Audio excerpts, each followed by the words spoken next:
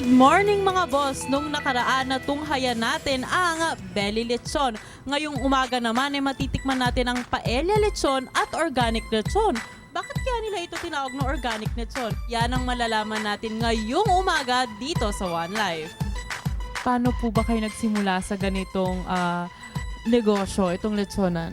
Well, technically, itong lechonan na ito, alam mo naman, paborito mong Pilipino. Ito ay walang okasyon, birthday, hindi buo pag hindi kasama ang lechon, lalo na itong darating na Pasko.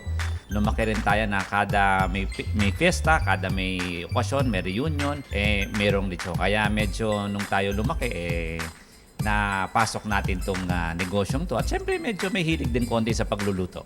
Ano naman po ba ang pinagkaiba ng lechon nyo sa iba? Una-una sasabihin ko, ito lang ang one of the best na organic native lechon.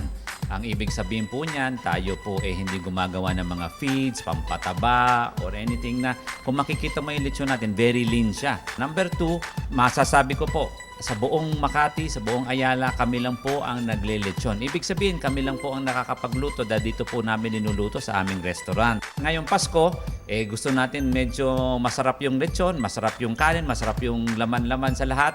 Nandito siya paella lechon. Pagbukas mo, meron na siyang paella po sa loob. Naririnig natin yung pork barrel, Carla.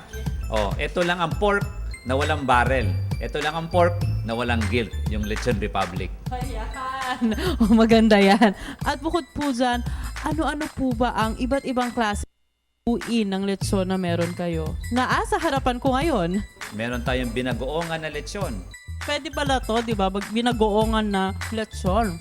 Makikita mo dito, Carla, yung paksiw na lechon. Meron tayong adobo na lechon. Meron tayong sisig na lechon. Sinigang na lechon. Wow, di ba? Ang dami palang pwedeng luto ng lechon. Masasabi ko na kahit na mga 6 hours, 5 hours, malutong pa yan.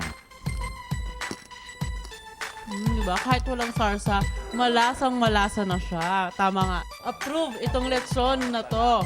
Sa ating mga kababayan, nandito po kami, Lechon Republic, dito sa De La Rosa Car Park, De La Rosa Street, Legazpi Village, Makati.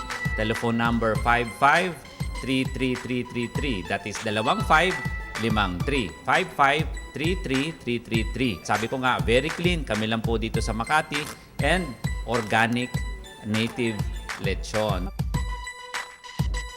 Nako, nabusog na naman ako ngayong umaga dahil sa napakasarap na mga putahe na natikman ko this morning. At hindi lang yun, di ba?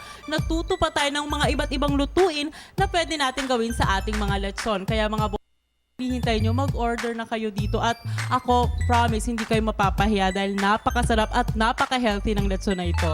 At ito po ulit si Carla Paderna for One Life.